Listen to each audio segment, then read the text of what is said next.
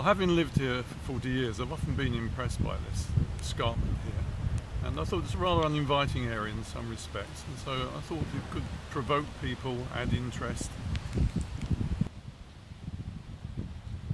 This is by Morag McInnes. She's a well-known national and international ceramicist, and from the very beginning I've always been impressed by these dogs, feral animals, whose demeanour seems very suited to this wall, partly because the pigmentation is very similar to that of the stone, but also because on first sight they seem rather inconspicuous, and then suddenly they peer out at you, leap out at you ferociously.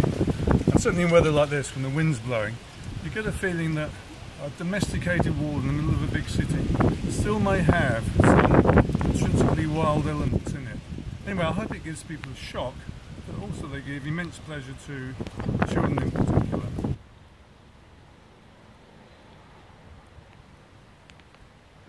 Initially there wasn't any particular theme, but I've always been interested in pre-Columbian art.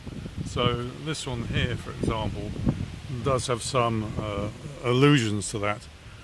Also, because they're set on the wall, they have to be corbelled and they have to thrust out. And I think probably the image of a head is probably the most appropriate in that particular respect. But there are three pieces here that refer much more immediately to the history of this area.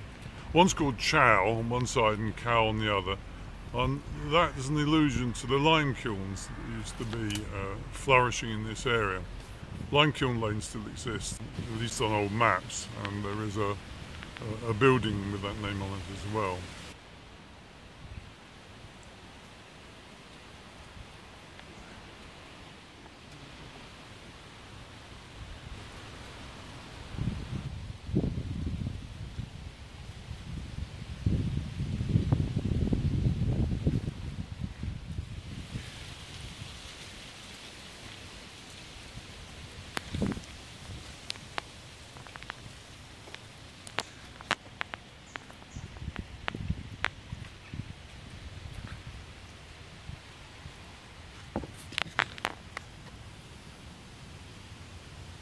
This piece is by another neighbour of ours, an interventionist artist called Andy Rankin.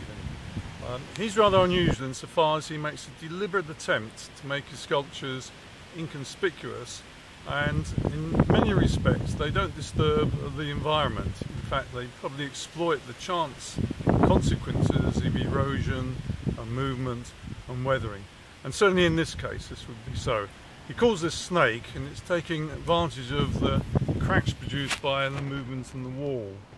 The stones he actually gets from the Cotswolds, and these are very carefully hammered in, hoping that they will remain.